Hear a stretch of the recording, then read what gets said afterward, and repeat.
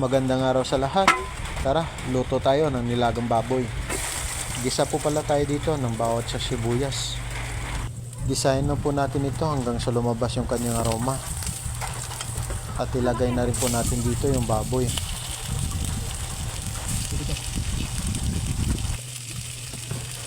Maglagay na rin po pala tayo dito ng pamintang durog, no?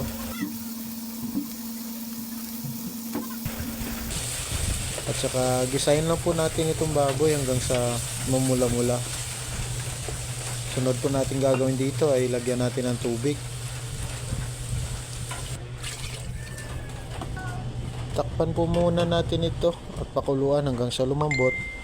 At pag malambot na po yung baboy, sunod natin ilagay dito yung patatas.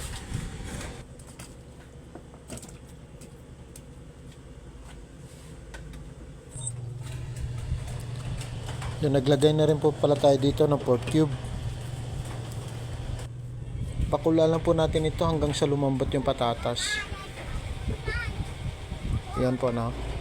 Pag malambot na po yung patatas, ilagay na rin po natin dito yung Baguio beans. Ito pong masarap na ulam, lalo na't walang tigil yung ulan. Nilagyan na rin po pala natin ito ng asin at saka magic sarap.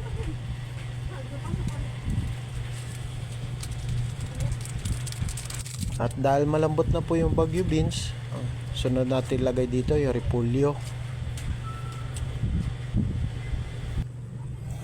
Takpan po muna natin ito hanggang sa lumambot. At ayan, luto na, no?